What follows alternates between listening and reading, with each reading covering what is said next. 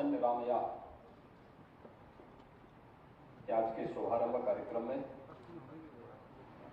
मंच पर उपस्थित मेरे वरिष्ठ सहयोगी उप मुख्यमंत्री श्री ब्रजेश पाठक जी,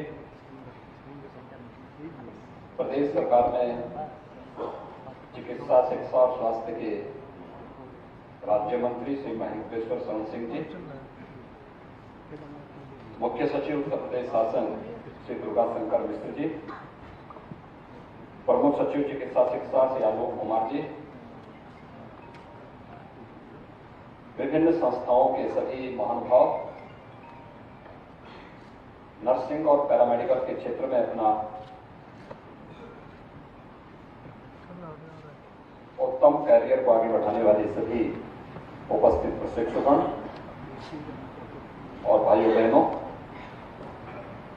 मैं सबसे पहले चिकित्सा शिक्षा विभाग को मिशन निरामय कोर्स प्रारंभ करने के लिए हृदय से बधाई देता हूं।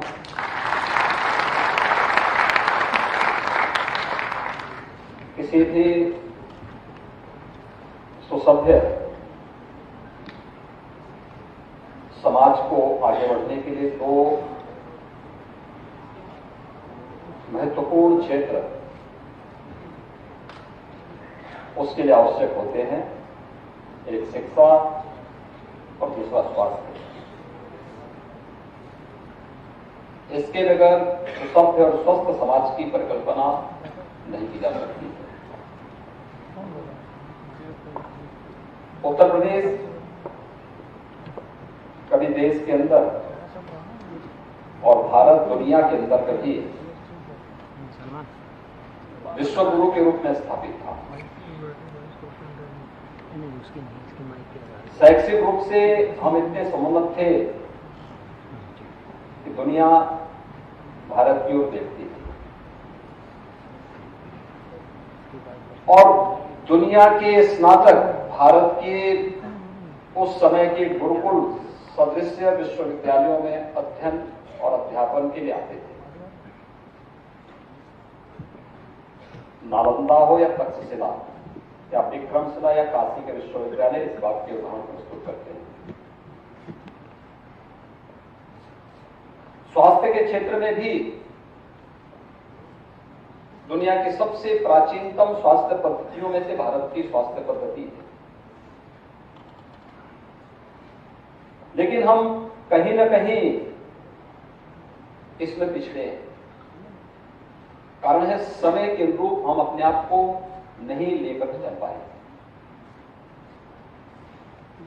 हमने इसमें शोध की संभावनाओं को समय के अनुरूप आगे बढ़ाने का प्रयास नहीं किया और परिणाम हम सबके सामने है कि हम पिछड़ते गए। दुनिया हमसे बहुत आगे बढ़ गई, हम लकीर के फकीर बन गए और फिर हमारी मजबूरी हो गई उनकी नकल करने की।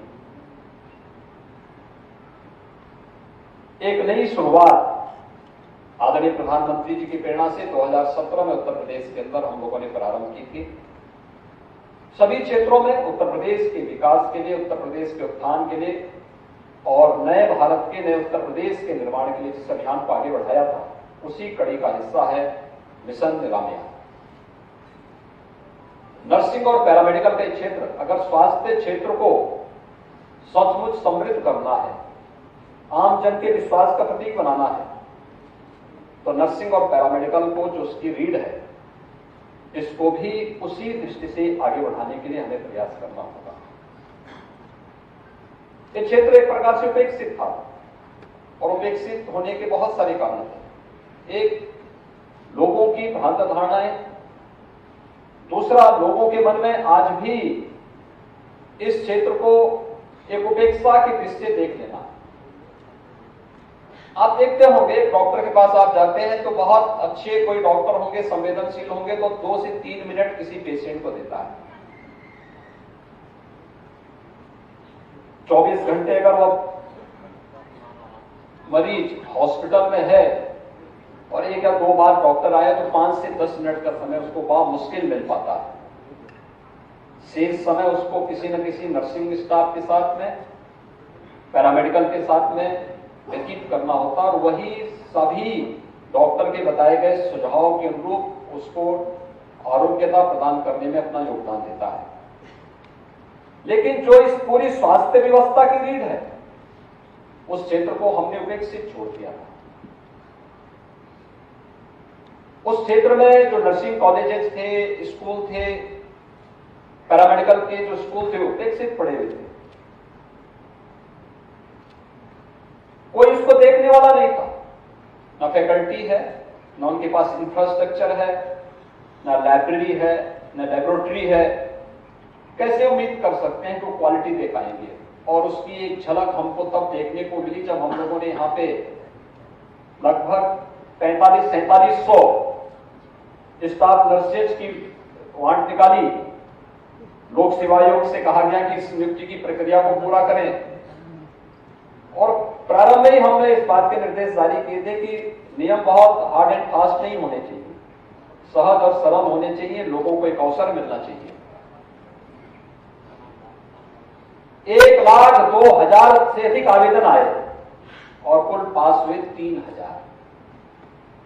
और उसमें भी जब इंटरव्यू लिया गया तो बहुत सारी चीजें और सामने आई और कुल नियुक्ति हो पाई 2200 कुछ की, जिनमें से कुछ को अभी नियुक्ति पत्र यहाँ पर KCMU और SCPCI के कुछ नर्सिंग स्टाफ को तो यहाँ पर अभी नियुक्ति पत्र उनको यहाँ प्राप्त हुआ, उनको देखा, उन्होंने देखा भी। वो दोनों संस्थाओं ने अपने स्तर पर इस प्रक्रिया को आगे बढ़ाया था।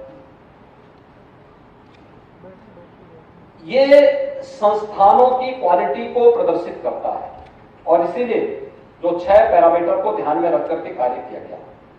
प्रदेश के अलग अलग क्षेत्र में जो 12 ऐसे नर्सिंग कॉलेज हैं जिन्होंने अपने प्रयास से कुछ अच्छा किया है, उन्हें मेंटर के रूप में स्थापित करते थे। वे अन्य नर्सिंग कॉलेजेस को वहां पर जाकर के या वे संस्थान वहां आकर के ट्रेनिंग लेंगे, उनके इंफ्रास्ट्रक्चर को देखेंगे, उनकी फैकल्टी के साथ संवाद बनाएंगे, वहां पर उनकी लाइब्रेरी को, उनकी लेबोरेटरी को देखेंगे।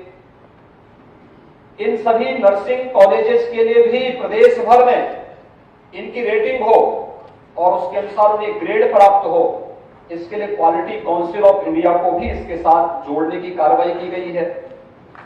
नर्सों की नियुक्तियों के लिए मेरे मानना इतना, यानी एक फील्ड आज के दिन पर ऐसा है, एक समय ऐसा था जो 90 के दशक का समय था जब लोग कहते थे कि अगर हम कंप्यूटर से इस फील्ड में आ जाएंगे, IT का जो फील्ड था वह सबसे ब्राइट फील्ड था।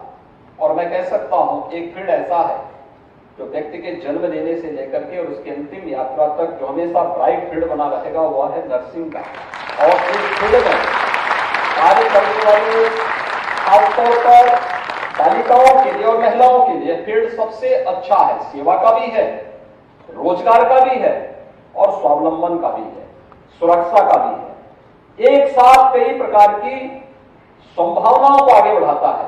इस फील्ड की संभावनाओं को आगे बढ़ाने के लिए यह कार्यक्रम यहां पर किसी भी उसमें आप जाएंगे, उनके लिए देश के अंदर मिलिट्री है, पैरामिलिट्री है, राज्य पुलिस बल है, राजकीय हमारे मेडिकल कॉलेजेस हैं, हॉस्पिटल्स हैं, प्राइवेट सेक्टर में तो अपार संभावनाएं हैं ही।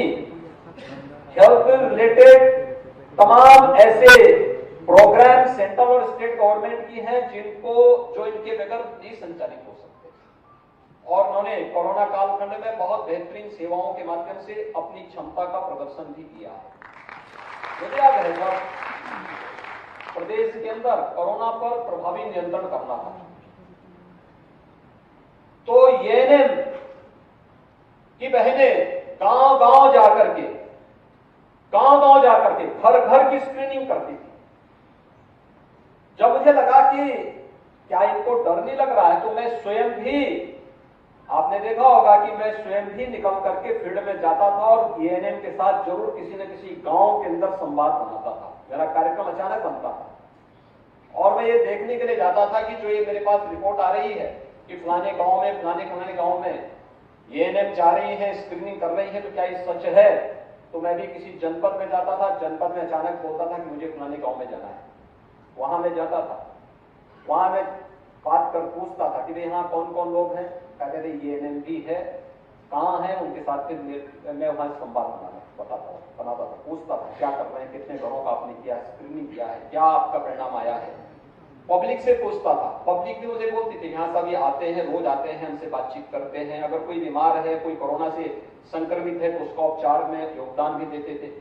यानी ये चीजें दिखाती थी कि स्वयं की परवाह किए बगैर एक एक व्यक्ति की जान को बचाने के लिए जिन लोग